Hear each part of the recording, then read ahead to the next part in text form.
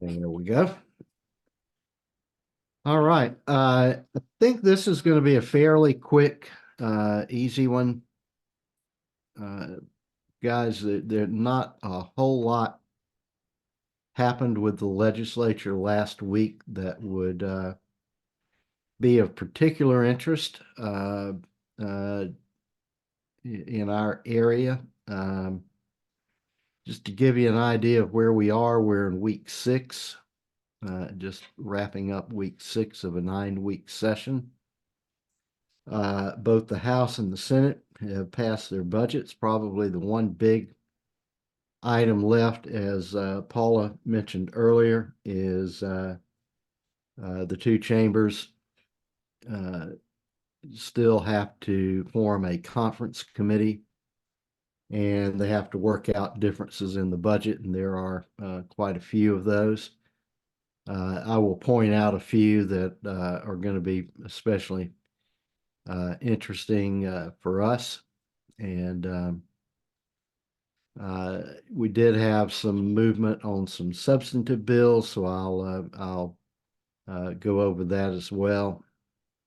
But let's tell you what, let's just recap. Again, this has not really changed since the last time I addressed you all, but we'll really quickly recap where things stand with the budgets. As far as APD, you have funding there for the iConnect system. That's probably of more interest to providers. $2.8 million. There's funding in both budgets for a new incident management system. This would increase the state's ability both to examine data, spot trends in critical incidents being reported. That can be a very useful tool to improve health and safety. It'll also have the ability to go and detect unreported incidents by crosswalking against hospital admissions and emergency room claims, and I guess possibly abuse and neglect reports. So that's going to be a fairly a major undertaking. There's funding for a dually diagnosed program. I believe that's going to add services in 3 counties. These are mobile crisis response clinics aimed at people with intellectual developmental disabilities who also have a behavioral issue or a mental health diagnosis. There's funding in both chambers, not at the same level. The House, I believe, has $800,000. The Senate considerably less at $300,000. That would be planning funds for an adult pathways waiver. And that would be a new home and community-based services waiver that APD would administer. And that would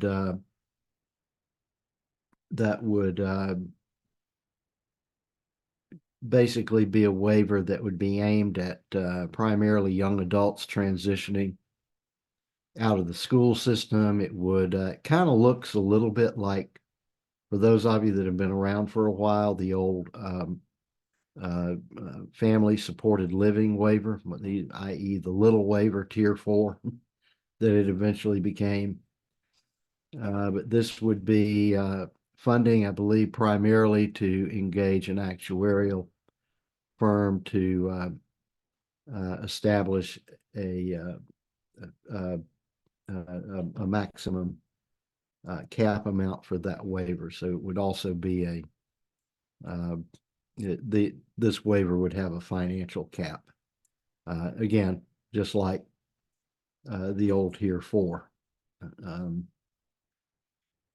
terms of the wait list, both chambers do address it, but they address it a little bit differently. The Senate provides $64 million. I think believe that's what the governor recommended, which would fund about 1,100 some odd new waiver admissions. It would be limited. Well, they're actually the proviso language associated with the funding directs the agency to enroll as many people as they can. However, according to the governor's narrative, this would amount to about 1,100, little over 1,100 people getting enrolled off of the wait list. And this would be categories 1 and 2, which are individuals in crisis, people, young people who are transitioning out of the foster care system. And I believe it would also include people who are in category 3 on the waiting list, and that is those are people who we expect where the caregiver has some kind of issue that is going to greatly affect their ability to provide care and puts the individual at high risk of becoming a crisis. The managed care pilot, if you recall, that contract just got awarded to Florida Community Connections. That's a group out of Miami, Florida, that fall under the umbrella of a company called Independent Living Systems. They currently provide similar services under the Medicaid Managed Long-Term Care Program. They were one of 2 finalists. The House includes $29.4 million for the for that pilot, and that funding is in APD. The Senate, meanwhile, provides 47 million, 47.8 million in the ACA budget, the Agency for Healthcare. So that's going to be a fairly important difference that the 2 chambers are going to have to negotiate.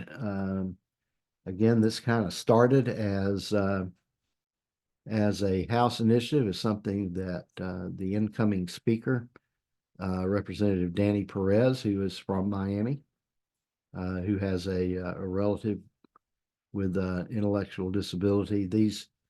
These dollars in this pilot project is aimed at people on the waiting list in Region I, and trying to remember. Anyway, it's Miami-Dade, Monroe is the one region, and then the other region is Hillsborough, Polk, I believe Hardee, Highlands. Trying to think, it does not include Pinellas, Pasco. I may be missing a county there, but it's pretty much that Hillsborough County area. There's pretty good chunks of change being directed at the institutions. 8.5, right at around 14 million in the House, and about 12.5 million. I'm just eyeballing these numbers here, but yeah, 12.5 million in the Senate budget. So again, these are differences that will have to be negotiated.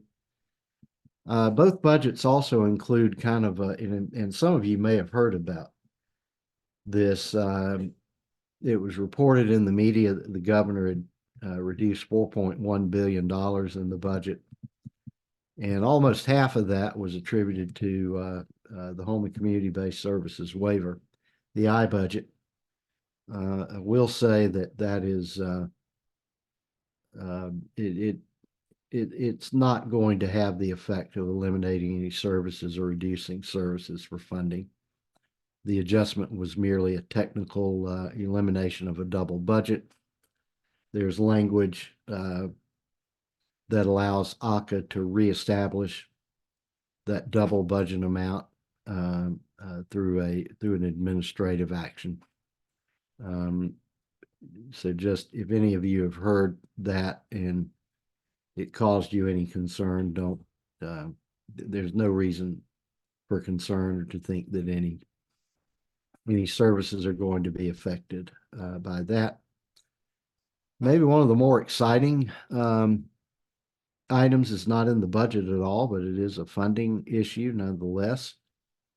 And that is the one is Senate Bill 7016, House Bill 1549. This is the Senate President Kathleen Passidomo's priority this session. It's called Live Healthy Florida. And this is a huge bill that's trying to address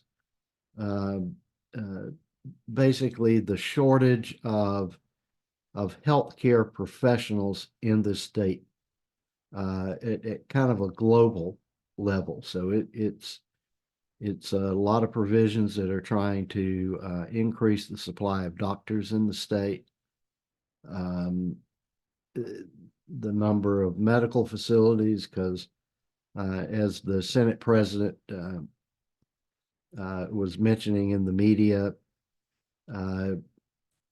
right now we do have a problem with people who are uninsured in the state, but a more fundamental problem is if we could wave a magic wand and everybody in the state had insurance, they would have problems accessing care just because of a shortage of certain professionals and facilities. So this is generally getting at that, but our providers are going, like all the rest of the healthcare system, we're having workforce shortages, and that's reducing the availability of services for people. Both House and Senate bill now are in agreement. The last time I spoke with you all, the House was at roughly a third the funding level of the Senate, but the House amended their bill, and now the two bills line up, and it would provide right at $196 million for provider rate increases. This would be across the board. My understanding is 10%, which will help providers stay in business because although they were provided funding for staff salaries to establish a $15 an hour minimum wage in our providers, other costs, insurance, the utility bill, all the other costs that these businesses have to incur, these were not addressed in the minimum wage funding that was provided a couple of years back. So this was very important to the provider community.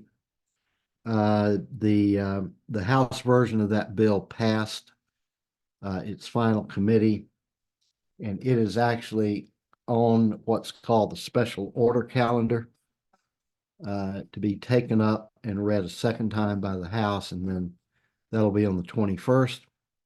Then, assuming everything goes as planned, it will be brought to the House floor the following day for third reading, and that will be final passage. That's what I'm thinking. I don't know if it looks like the bills are pretty well lined up. If not, they'll probably add that.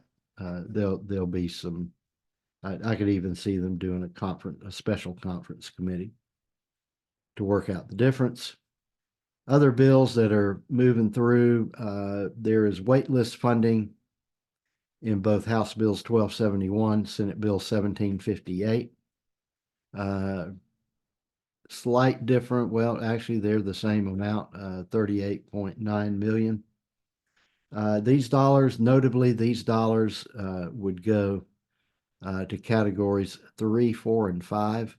Again, category, and these are categories that usually do not get covered by just the more generic wait list funding issues that have been picked up over the last few years. So category 3, again, as I'd mentioned earlier, these are people who we expect an imminent life change to put them at high risk of crisis. Category 4 are people with caregivers age 70 and over. However, both of these bills would reduce that age to caregivers age 60 and over. So category 4 is going to get expanded if these bills pass. And then category 5, which are young people who are transitioning out of the school system and need services in order to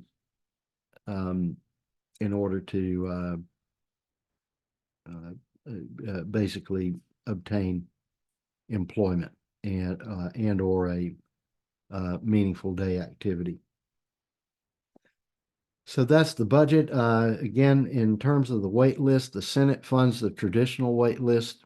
I just want to go back to that real quick. The Senate funds the wait list for crisis. The House does not include funding in its budget right now, so that's going to be a fairly big policy difference that'll have to get ironed out in the conference committee. And then one other item that's going to be of interest to our, particularly our provider community, the people that provide adult day training, is, and this is in the House, not the Senate. So again, it'll have to be negotiated, but it would require AHCA to develop a report proposing alternative reimbursement methodologies to include monthly payments. Again, this is something that has been advocated for by the provider community. A lot of times, if a person unexpectedly misses a day of ADT, or they come and they only spend 2 hours, say they have a doctor's appointment or something like that, then the provider loses money despite the fact that they have to staff as if the person were there. It's kind of hard to get a staff person to come in and just work for 2 hours, and you won't keep staff that way. Both bills provide for reappropriation of any surplus I-budget waiver funds. This is consistent with past practice. Right now, that lump sum that gets reappropriated right now is worth $287 million of general revenue. That would draw down another $422 million of federal Medicaid match. So that represents about $700 million. We can expect that number is going to go up. Looks to me right now, this is by no means a scientific projection. It's just a very simplistic kind of straight line projection. It looks like APD is going to have about $100 million surplus the current year. Again, I do want to reemphasize that's a projection based on a very simplistic methodology. And then there's a couple of additional technical items with the in the back of the bill that I don't think would be of much interest here. It just deals with reappropriating surplus dollars provided for a couple of IT projects at APD. And I'm about to wrap up, but I will point out there is a bill, and I don't have those bill numbers handy off the top of my head, but one of the issues that has really been worked on now for either 4 or 5 years. Has been a push to add what's called supported decision making and have that as an option in lieu of a guardianship. Those bills look like they are on the verge of passing finally. The House sponsor is Representative Allison Tant. She's here in Tallahassee. She has a child who has a developmental disability. So she's become, even though she's in the minority party, she's become a go-to member in the House. And so she's supporting this bill. Also representing Tallahassee is Senator Corey Simon. He's the sponsor in the Senate. The Senate, I believe, has all right. So the Senate companion to that has cleared all of its committees of reference, so it's ready for the floor. So I think we're going to see this bill finally move. So I know that'll be a cause for celebration amongst probably some of the people on this call, and I think it's again personal opinion. I think it's long overdue. So I'm really happy to see that. And there's not really much else in the way of substantive legislation that's really moving right now. So why don't I shut down and then I'll take any questions. So we got plenty of time to address questions you have. Okay, any questions? I see that Margaret Hooper has mentioned that supportive decision-making passed last night. And encouragement from Ms. Brower that we need supportive decision-making, which is absolutely true. Are there any other questions or comments? Let me, yeah, I'm trying to think. It passed the House last night. It still has to pass the Senate before it comes to law. So just a quick bit of clarification there. But again, I think it's as good as done. Okay. Do we have any other questions? Any other questions? One more time, any other questions? And seeing none, Jim, I want to thank you for giving us such valuable information today and keeping us abreast of what's going on with the legislative session. And I want to thank everyone for joining us today as well. And just remember that the Family Cafe is completely a nonpartisan organization, and any thoughts or opinions shared by the invited speakers or participants on this call are solely represent those individuals and do not necessarily reflect the position of the Family Cafe. So therefore, we will talk to you soon. And we hope to see all of you on June 14th at our 26th annual Family Cafe. We will be at the same location, the Hyatt Regency Orlando, and we hope to see you all there.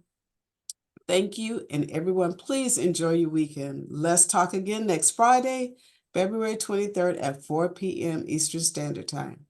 Thank you. Thank you. All right.